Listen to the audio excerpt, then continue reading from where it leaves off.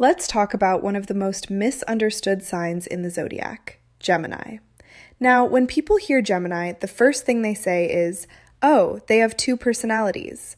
But that's not really what it means. A Gemini is ruled by Mercury. That's the planet of communication, curiosity, and the mind.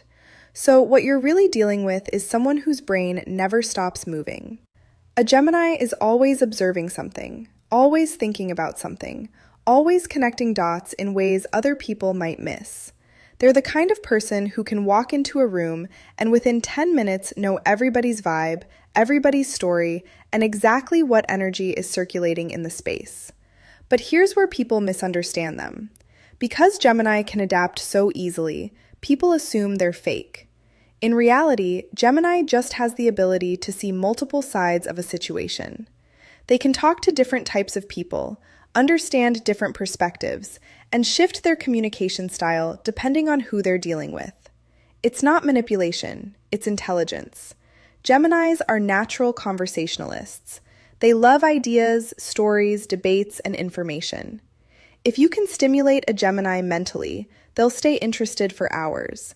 But if things become boring, repetitive, or mentally stagnant, that's when a Gemini starts drifting. Not because they're disloyal, but because their mind needs movement. Curiosity is their fuel, and underneath all that humor, charm, and quick wit is someone who actually feels more deeply than people think.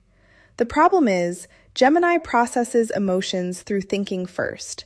So instead of sitting in feelings, they talk through them, analyze them, question them, which is why a Gemini can appear lighthearted on the surface, even when they're dealing with something serious internally. And here's the truth about Gemini energy. They're not chaotic, they're dynamic. They bring movement, ideas, conversation, and perspective into spaces that might otherwise stay stagnant.